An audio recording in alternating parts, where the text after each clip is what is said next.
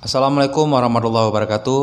Ketemu lagi dengan saya Maulana Hamzah di channel Maulana Hamzah.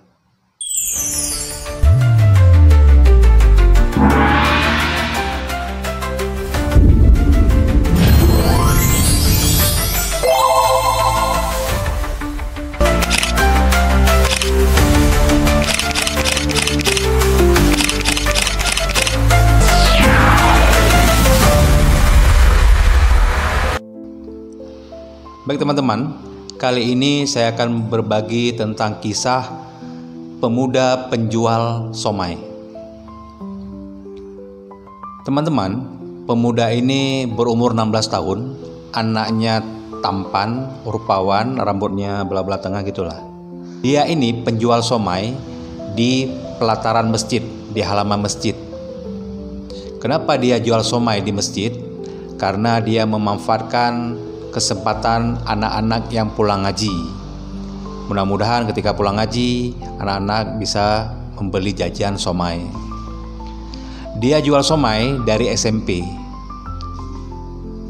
Dia berjual somai karena menggantikan ayahnya yang lumpuh di rumah, dan somai dibuat oleh ibunya.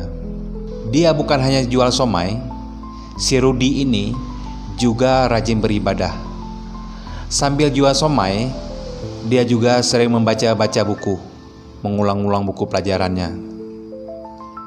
Dan dia juga aktif di masjid dan juga di kampungnya. Pada suatu hari, ada seorang bapak-bapak yang memakai baju batik. Beliau sholat asar di situ. Namun Rudi belum pernah bertemu. Setelah sholat asar, bapak ini melihat pemuda yang berjualan somai, dan beliau samperin, lalu beliau menanyakan, "Anak muda, satu porsi berapa somainya?" "Ada 5.000, ada yang 10.000 pak." "Ya udah, buatin saya satu porsi yang 10.000." "Baik pak, mohon tunggu sebentar." Lalu dibuatkan dan diberikan kepada bapak itu. 3 hari berlalu, bapak ini kembali lagi sholat asar. Setelah itu beliau memesan 5 porsi, 5 bungkus. "Tolong buatin 5 bungkus." Setelah dibuatkan, bapak ini pun kembali menaikin mobilnya. Seminggu kemudian, bapak ini kembali lagi sholat seperti biasa, dan beliau memesan 2 porsi. 2 porsi ya. "Baik pak." Setelah dipesan, pergi. Seminggu kemudian lagi, bapak ini hanya menyapa si Rudi. "Bagaimana anak muda, sehat hari ini? Lancar usahanya?" "Alhamdulillah lancar pak, sehat pak." Beliau pun pergi. 3 hari kemudian, beliau kembali lagi dan melakukan sholat aktivitas yang sama. Lalu beliau mensamperin anak muda dan beliau pesan 1 porsi yang harga 5.000. "Nak, buatin anak muda, buatin yang 5.000 ya." "Siap pak." Setelah dibuatkan, "Ini pak." Lalu beliau mengeluarkan uang 100.000. "Pak, ada uang kembali? Pak, saya nggak ada uang kembalian pak. Ada uang kecil nggak?" kata si pemuda tadi. Udah nggak ada. "Ya kamu cari dong kembaliannya." "Oh ya pak, bentar pak ya." Lalu dia pun bergegas lari ke toko ataupun kios seberang. Setelah dapat, dia balik dan melihat bapak ini tidak ada lagi. "Aduh, mana bapak ini? Kecarian." Sebulan berlalu, bapak ini kembali lagi. Setelah sholat asar, lalu tiba-tiba di pundaknya ada yang samperin. "Assalamualaikum pak." "Waalaikumsalam." "Oh ya, gimana?"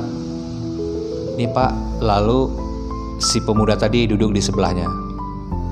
"Maaf pak, ini uang kembaliannya pak." Dengan terbata-bata. "Kembalian apa?" "Dulu bapak pesan ini udah lama pak, bapak pesan somai." Bapak ini, "Oh ya. Berapaan itu?" "Kurang tahu juga pak, kalau nggak salah dulu bapak pesan 5.000, bapak kasih uang 100.000. "Oh ya, gini aja. Uang itu kamu buat porsi 5.000 kamu bagikan ke anak-anak ngaji di sini. Oh ya Pak, baik Pak. Makasih Pak ya. Ya, makasih.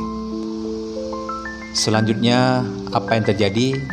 2 tahun berlalu, bapak ini tidak pernah nampak lagi. Tidak pernah ke masjid itu lagi. Setelah 2 tahun berlalu, beliau kembali. Setelah sholat asar, beliau mensamperin si Rudi tadi. Assalamualaikum. Waalaikumsalam. Salam.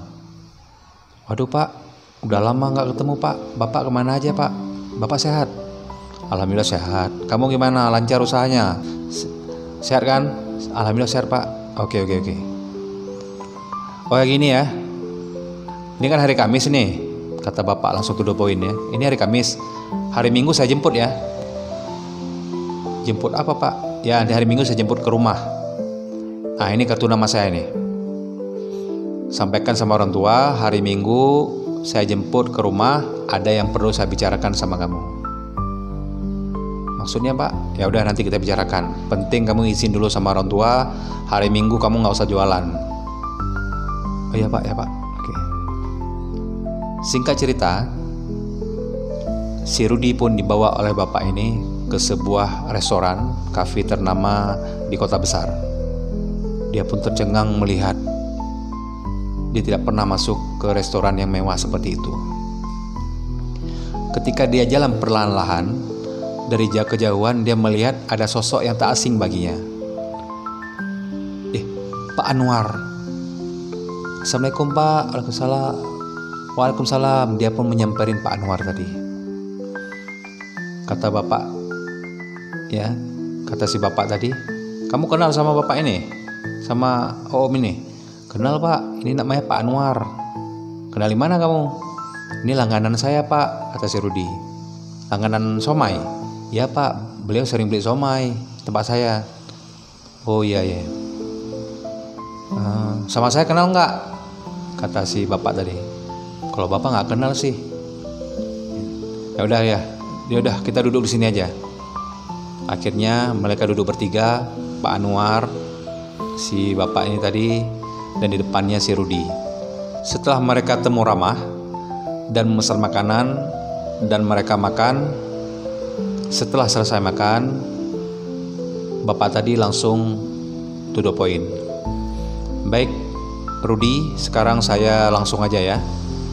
Mulai hari ini kamu bekerja dengan saya. Maksudnya Pak? Ya, mulai hari ini kamu kerja di perusahaan saya. Si Rudi bingung. Dan gini, nanti waktu kamu kerja, kamu saya kuliahkan. Makin bingung. Kuliah apa nih? Gimana, kamu siap? Belum tahu lagi Pak. Udah gini aja. Begini, biar dijelaskan sama Pak Anwar. Pak Anwar tolong jelaskan. Baik Rudi, mohon maaf sebelumnya. Saya sebenarnya anak buah dari Bapak Ilham ini. Selama 2 tahun ini saya diperintahkan untuk memantau kamu. Somai yang saya beli adalah perintah dari beliau. Dan saya menanyakan tentang pribadi kamu selama ini. Dan Pak Ilham ini tahu bahwa ayah kamu lumpuh di rumah. Kamu menjadi kepala keluarga, membantu orang tua. Ibu kamu yang membuat somai. Kamu punya adik 3 yang sedang sekolah. Dan kamu berbakti kepada orang tua. Kamu taat ibadah, rajin, dan kamu sangat bertanggung jawab. Dan kamu selalu beribadah, tidak berbuat macam-macam. Oleh sebab itu, Pak Ilham mengatakan kepada saya, kamu direkrut di perusahaan kita. Dan kamu akan dikuliahkan sampai, kalau bisa sampai S2. Bagaimana? Kamu siap? Rudi bagaikan petir di siang bolong, sangat terkejut mendengar hal itu. Bagaimana Rudi? Siap kamu? Kalau saya siap Pak, alhamdulillah Pak. Tapi saya tanyakan dulu sama orang tua saya. Baik, nanti kamu setelah pulang ini, nanti diantar sama Pak Anwar. Kamu sampaikan kepada orang tua kamu, karena kamu berbakti kepada orang tua dan juga kamu taat beribadah. Kamu berbeda dengan pemuda-pemuda lainnya. kamu berhak mendapatkan keistimewaan dari perusahaan kami. Maaf Pak, sebelumnya terima kasih. Boleh tahu nggak nama perusahaan Bapak apa? Ya, perusahaan saya ini ya di depan masjid tempat kamu bernaung. Kontraktor itu Pak ya? Ah iya, itu situ. Kata Pak Anwar, ini bosnya. Ternyata selama ini si Rudi selalu menatap ke arah kantor kontraktor itu, PT kontraktor, dan dia selalu berdoa supaya bisa bekerja di situ.